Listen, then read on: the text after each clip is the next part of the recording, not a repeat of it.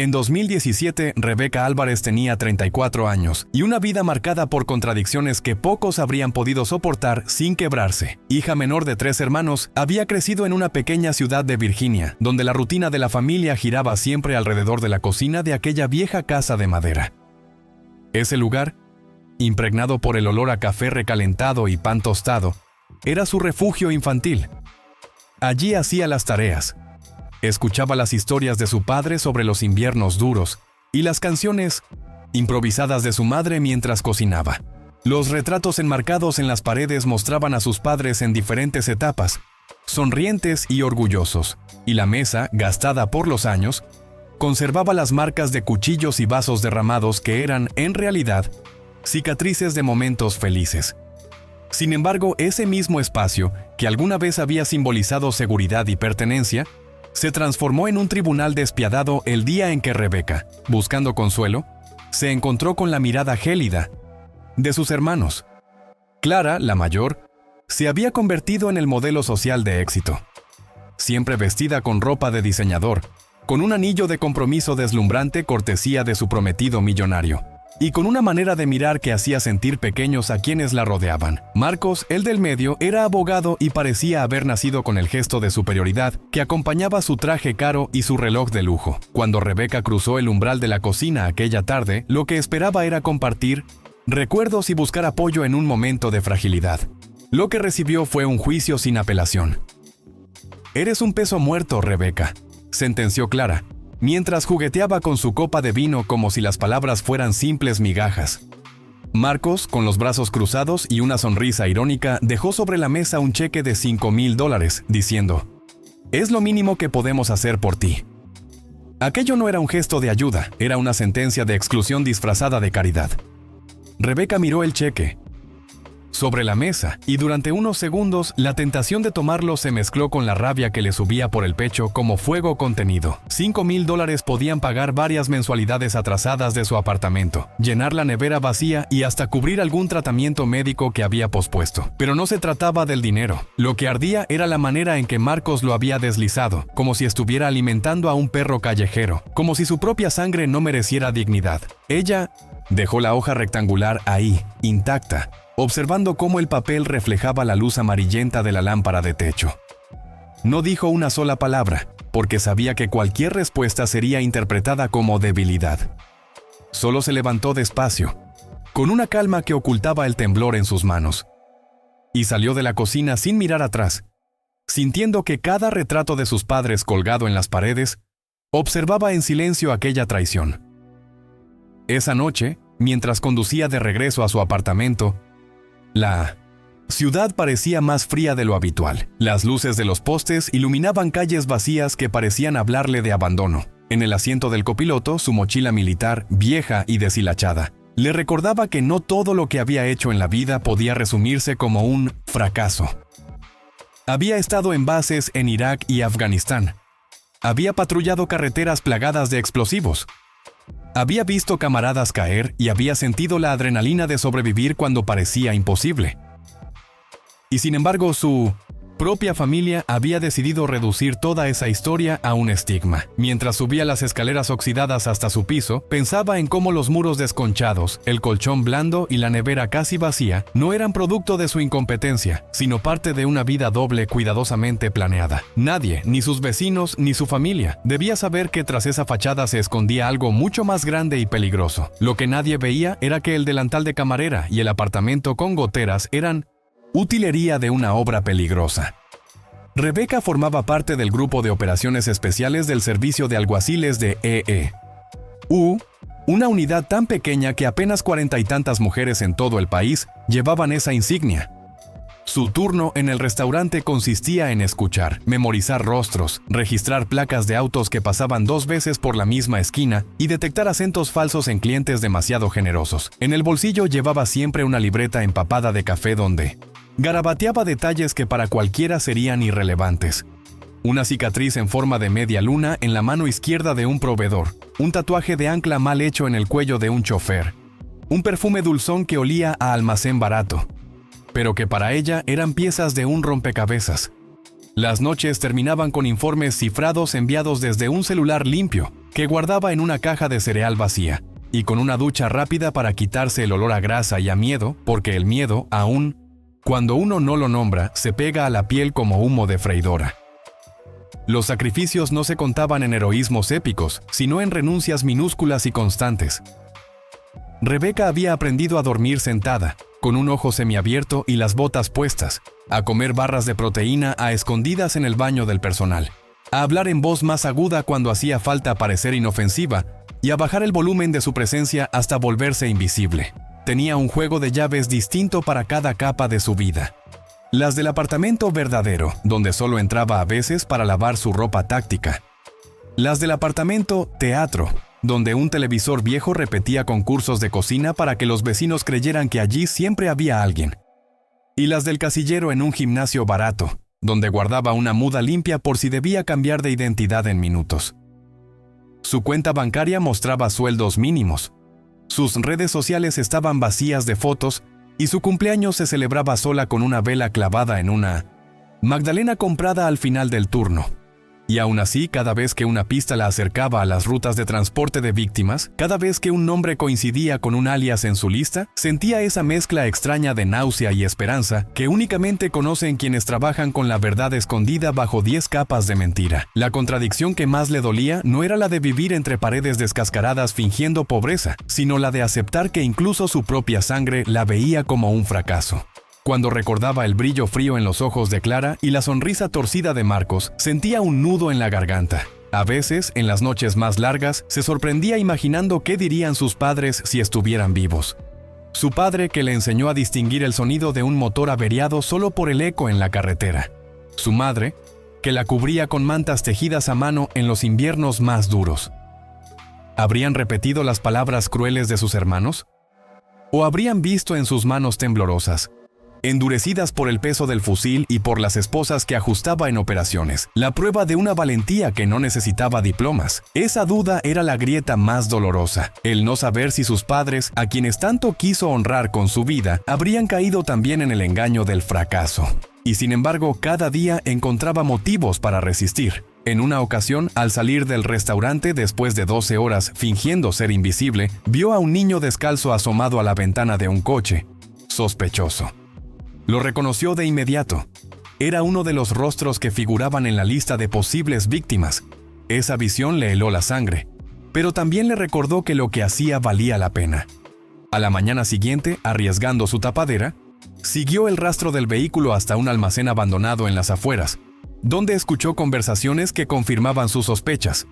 Tomó nota de cada palabra, cada detalle, con la precisión de un cirujano. No podía intervenir todavía. La redada debía coordinarse a gran escala. Pero en el silencio de esa madrugada, mientras anotaba la descripción de tatuajes y matrículas, comprendió que todo su sacrificio estaba a punto de tener sentido, aunque Clara y Marcos la llamaran vergüenza. Rebeca sabía que estaba acercándose a la verdad que salvaría a decenas de personas. El clímax llegó en marzo, en una madrugada que Rebeca aún recuerda con la piel erizada. El operativo había sido planeado durante meses, con reuniones en sótanos sin ventanas y mapas manchados de café donde cada punto rojo representaba un objetivo. Ella estaba asignada al equipo de entrada en uno de los almacenes principales, un lugar que había vigilado de lejos tantas noches que podía dibujar de memoria cada grieta en sus paredes. El aire olía a humedad y gasolina, y cuando la señal llegó por radio, sintió cómo la adrenalina le recorría las venas como fuego líquido. ¡Adelante!, gritó el líder del grupo, y en segundos el silencio se quebró con el estruendo de las puertas siendo derribadas, gritos, golpes secos, botas contra cemento y el chillido metálico de las esposas cerrándose una y otra vez. Rebeca fue la primera en entrar al cuarto donde mantenían a varias víctimas. Lo que vio allí no se le borrará jamás. Colchones tirados en el suelo, paredes arañadas y rostros de niños que la miraban con una mezcla de miedo y esperanza. Les dijo con la voz más firme que pudo: «Ya están a salvo», y aunque por dentro temblaba, necesitaba transmitirles seguridad. Alcinos. Final de la operación, 17 arrestos sacudieron a la red criminal en 4 estados y 43 personas fueron liberadas, entre ellas 12 menores. Afuera, cuando el primer rayo de sol asomó, la escena parecía surrealista. Agentes abrazándose, ambulancias atendiendo a las víctimas, helicópteros sobrevolando el cielo que ya no era tan oscuro. Y allí estaba Rebeca, con el uniforme empapado de sudor, sabiendo que aquel momento nunca saldría en los periódicos. Nadie escribiría su nombre en titulares. Su heroísmo quedaría guardado en informes confidenciales, lejos del alcance de los ojos que tanto la habían juzgado. Cuando todo terminó, no hubo fiesta ni reconocimientos públicos, solo un apretón de manos en una oficina sin ventanas y un «buen trabajo», murmurado entre colegas que también sabían lo que era vivir en las sombras. Le entregaron una orden sencilla: tómate unas vacaciones, vuelve a casa, descansa. ¿Pero qué significaba casa para alguien que había sido expulsada simbólicamente de la suya? En el hotel donde se alojaron tras la operación, Rebeca pasó horas sentada al borde de la cama, con el uniforme colgado en la silla y las botas aún manchadas de polvo. Miraba sus medallas brillando bajo la luz tenue y pensaba en lo irónico de todo. Había arriesgado la vida, había salvado a decenas de inocentes y, sin embargo, para Clara y Marcos seguía siendo la hermana que fracasó. Encendió la televisión por costumbre, pero solo encontró programas banales que sonaban a burla. Nada en ese mundo parecía reflejar el peso de lo que acababa de vivir. Y entonces, como un golpe de destino, recordó la escena en la cocina, el olor a café rancio, el brillo del cheque sobre la mesa, la mirada de Clara llena de desprecio. Aquel recuerdo le erizó la piel más que cualquier operativo. Sabía que la herida no cerraría si seguía guardando silencio. La boda de Clara se acercaba, y aunque no estaba invitada, el evento se convertiría en la oportunidad perfecta para cerrar el círculo. No como venganza, aunque el deseo ardiera en su interior, sino como declaración de existencia. Tenía que mostrarles quién era en realidad, no con discursos ruidosos, sino con la verdad estampada en cada medalla de su uniforme. Mientras guardaba sus insignias en una caja de metal, tomó la decisión. Asistiría al matrimonio no como la fracasada, sino como lo que realmente era, una mujer que había enfrentado la guerra y las sombras para proteger a otros. El día de la boda amaneció claro, con un cielo de primavera tan azul que parecía burlarse del torbellino que Rebeca llevaba dentro. Condujo hasta el Riverside Country Club en un Ford Explorer oficial, las placas gubernamentales reluciendo como un recordatorio silencioso de su verdadera identidad. Cada kilómetro recorrido era un viaje en el tiempo. Recordaba que allí, en ese mismo salón, sus padres habían celebrado sus bodas de plata rodeados de amigos y música, cuando la familia todavía parecía indestructible. Aparcó frente a la entrada principal y antes de bajar se quedó unos segundos mirando su reflejo en el retrovisor. No llevaba vestido ni maquillaje, sino su uniforme de gala impecable, con la estrella de bronce brillando como un faro en el pecho. Pasó los dedos por cada insignia, sintiendo que no eran adornos, sino capítulos de una historia que nadie había querido escuchar. Al presentarse en la entrada, el guardia de seguridad se puso de pie de inmediato, reconociendo el peso del uniforme antes incluso de ver su credencial. «Adelante, Marshall», dijo con respeto, abriendo paso sin necesidad de verificar invitación. Ese pequeño gesto ya marcaba la diferencia entre el pasado y el presente. Dentro, el salón estaba adornado con flores blancas y lámparas de cristal que lanzaban destellos sobre los manteles de seda, pero el murmullo cambió de inmediato al verla entrar. Cabezas que se giraban, copas que quedaban suspendidas en el aire, bocas que susurraban rumores antiguos. ¿No era ella la que trabajaba limpiando mesas?, preguntó alguien. «Dicen que es un fracaso, que vive en un cuchitril», respondió otro.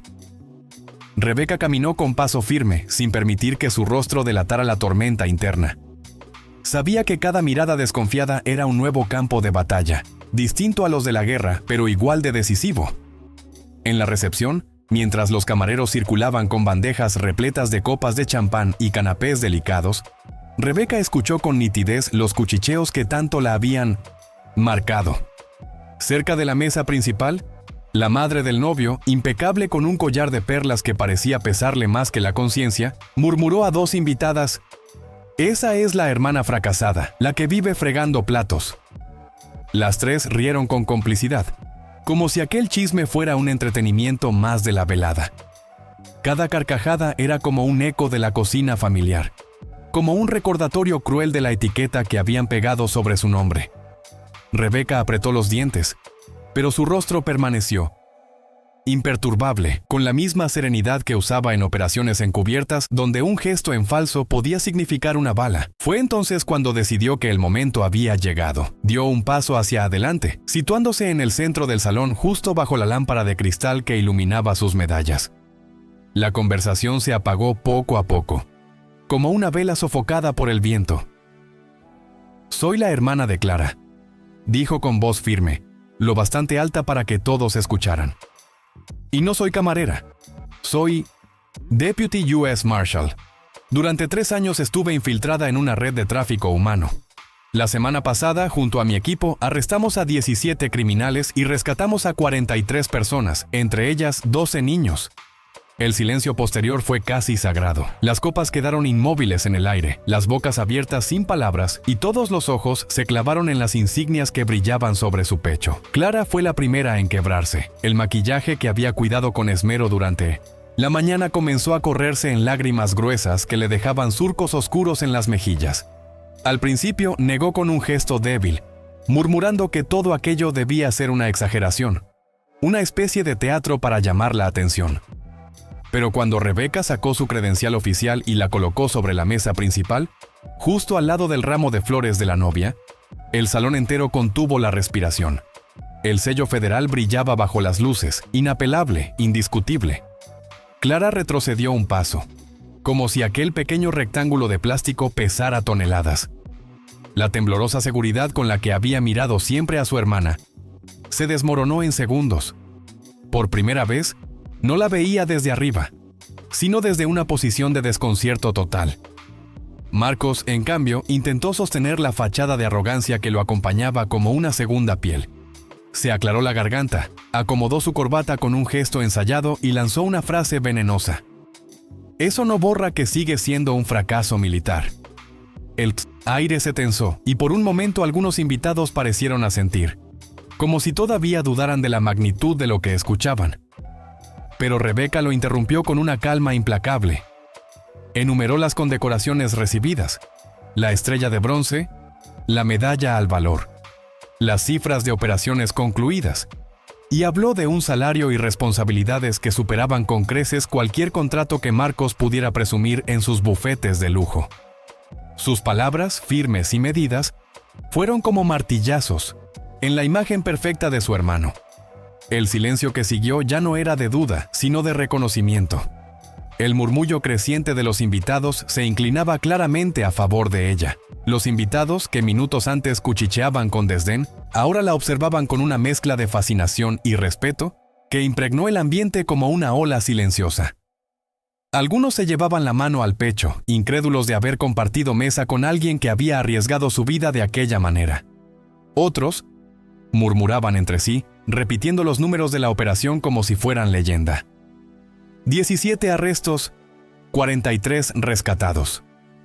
Los camareros, acostumbrados a ser invisibles en las fiestas, se detuvieron un instante con las bandejas en alto para mirarla como quien presencia algo que jamás olvidará. Aquella mujer, que hasta entonces había sido el blanco de chismes crueles, se transformaba ante sus ojos en un símbolo de valentía que ni el salón lleno de lujos podía eclipsar. Los suegros de Sino, Cintos y así, Clara, que hasta hacía poco la miraban con condescendencia, fueron los primeros en acercarse. El padre del novio, un juez federal acostumbrado a diseccionar pruebas y credenciales, se inclinó con respeto solemne. «Es un honor tenerla aquí, Marshal Álvarez». Sus palabras resonaron en todo el salón como un veredicto definitivo. La madre, la misma que había participado de la burla minutos antes, tartamudeó un elogio improvisado, sus mejillas rojas de vergüenza al intentar disfrazar el desprecio, previo con admiración repentina.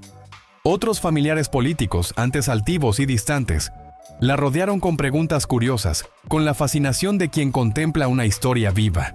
Rebecca, sin buscar protagonismo, respondía con brevedad y serenidad, consciente de que cada gesto suyo estaba redefiniendo la narrativa que había cargado por años. En ese instante, el centro de la celebración ya no era Clara vestida de novia, sino la hermana que había regresado con la fuerza de la verdad. Clara, con cintos sin la voz quebrada y las lágrimas borrando cualquier rastro de la novia impecable que había querido mostrar, se abrió paso entre los invitados hasta llegar a su hermana. La tomó de la mano como si ese simple contacto pudiera borrar años de desprecio y desdén. «Quédate, por favor», suplicó en un susurro audible, con el maquillaje corrido y la respiración entrecortada. «Quiero presentarte como mi hermana, la Marshal Federal.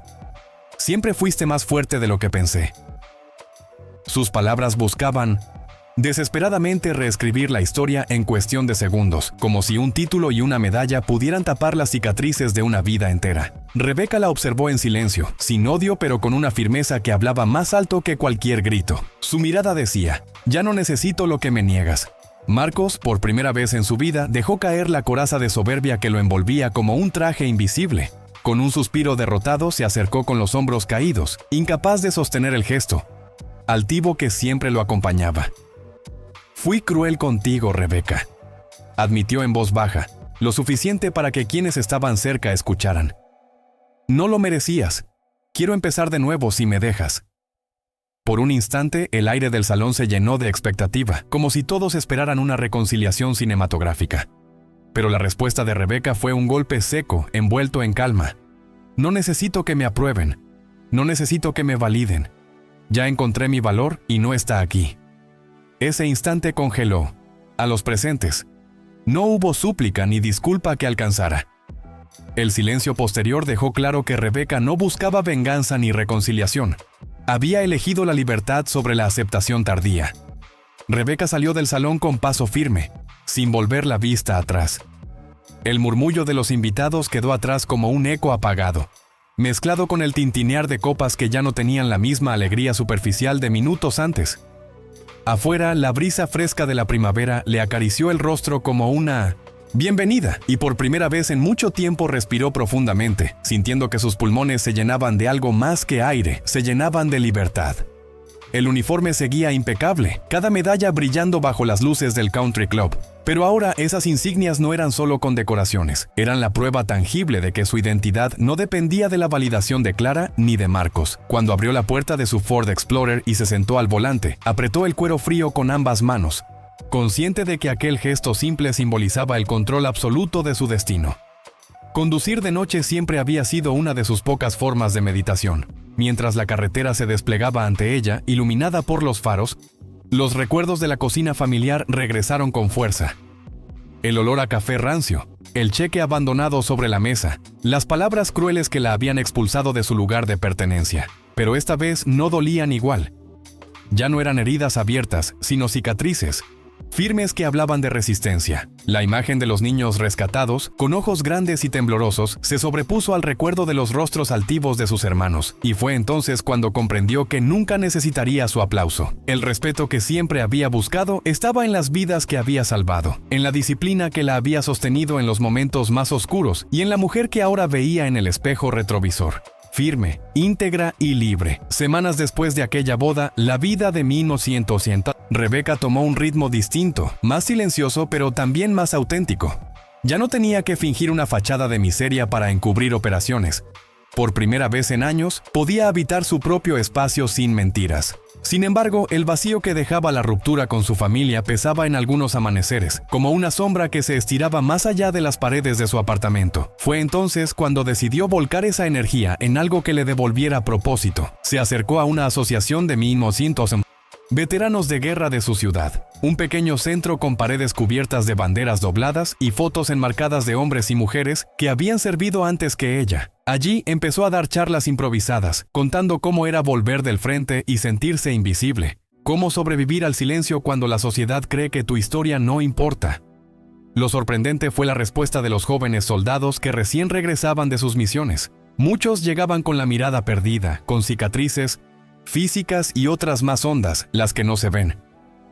Rebecca se reconocía en cada uno de ellos, en la rigidez de sus hombros, en las manos inquietas que buscaban un cigarrillo, en los silencios cargados de cosas que nadie quería preguntar. Al compartir fragmentos de su vida, sin revelar detalles clasificados pero sí emociones reales, vio cómo esas miradas se iluminaban, aunque fuera un poco. Era como ofrecerles un mapa trazado a base de heridas. Aquí se sobrevive, aquí se cae, aquí se vuelve así 900. levantar. En esas reuniones, rodeada de personas que entendían el lenguaje del dolor y la resiliencia, Rebeca encontró por fin un círculo en el que no debía probar nada. Allí, sus cicatrices eran medallas invisibles, comprendidas y honradas. El contacto con Clara y Marcos se volvió casi inexistente. Hubo llamadas perdidas, mensajes cortos que intentaban sonar conciliadores, incluso una carta escrita a mano que Clara dejó en el buzón, rogando por un reencuentro. Rebeca la leyó una sola vez y la guardó en un cajón sin responder. Ya no sentía rencor, pero tampoco necesidad de volver a ocupar un lugar que la había marcado con tanto desprecio. Había aprendido que la sangre no siempre garantiza lealtad, y que a veces es necesario cortar lazos para poder respirar. La familia que le quedaba estaba en otro lugar, en los compañeros de uniforme que habían estado hombro con hombro en las misiones, en las víctimas que ahora tenían una segunda oportunidad gracias a su trabajo, en los jóvenes, veteranos que encontraban consuelo en sus palabras. Cada mañana, frente al espejo, Rebeca se detenía unos segundos a contemplar su reflejo. Ya no veía a la hermana fracasada, ni a la mujer que fingía ser invisible en un restaurante. Veía a alguien que había sobrevivido a la guerra externa y a la interna. Sonreía con calma, consciente de que la mejor venganza no era la aceptación tardía de sus hermanos, sino la vida plena que estaba construyendo paso a paso. Allí, en ese silencio ganado a pulso, encontró finalmente la libertad que siempre había buscado. Y aunque la herida de la exclusión familiar nunca desapareciera del todo, ahora era solo una marca más en la piel de una mujer que eligió ser exactamente quien debía ser, con o sin testigos.